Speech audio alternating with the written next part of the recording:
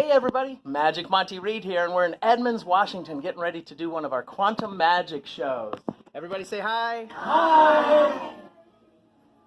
I hope you enjoy the show. When I got out of the Army, I went to college and got a NASA space scholarship, and I actually worked with some astronauts. One of the things they started to teach me about quantum physics and quantum entanglement, and so we used some of that physics stuff to create what looks like magic. One of the things I really enjoyed about theater, because I'm not actually a magician. I mean, I like to do magic, but I'm actually an actor, playing the part of a magician. I'm hoping today that we can amaze you a little bit and entertain you.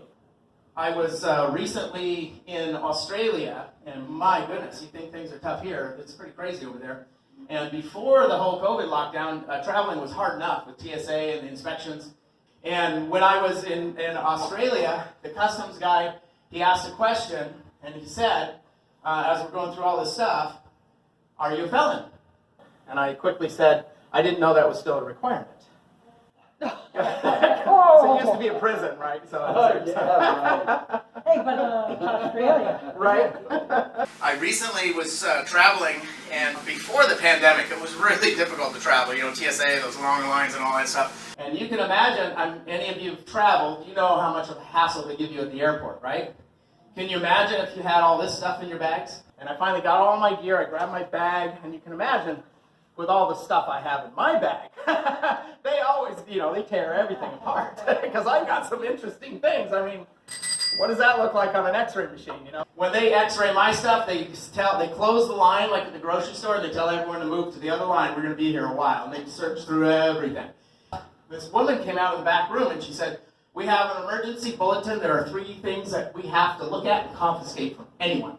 And she says, "Sir, in addition to going through all of your stuff, we have found that the bad guys are using watches as timers for devices. And so we have this special bag here. We're going to give you a receipt for everything we take, but we need your watch."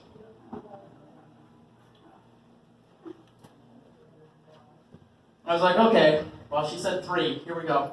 Then she said, they are also using their cell phones to communicate, and some of them are using cell phones for remote detonation. So we must have your cell phone, and we'll add that to the receipt.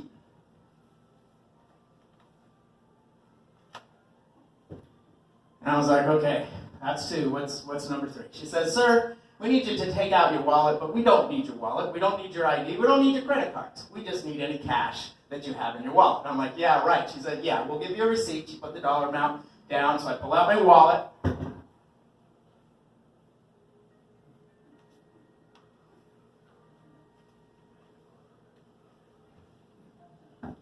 And then she goes in the back room. And I'm finally done, and I finally start getting all my stuff packed back in the bags, and I look at the clock on the wall. I'm like, man, I got to get to my gate. But they have my phone. I need my boarding pass. And I was getting real frustrated. And then I was like, oh yeah, I need to just go. So I grabbed my stuff and started heading out, started running. And just as I left the TSA area and was heading to the gate, this woman comes running out of that little room, and she's like, sir, if you have your receipt, I'll give you the contents of the bag. And I was like, well, excuse me, ma'am. And I'm running kind of backwards. I stop for a moment, and I say, look, you didn't notice next to that cash, the business card in there. I'm a magician. I don't need your bag. Go ahead and open it.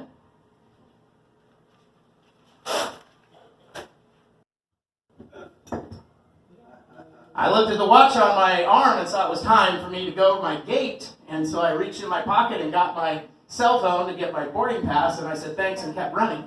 And then the cash that she had taken from my wallet had already been returned to my wallet. Thanks, have a great day. And I just thank you.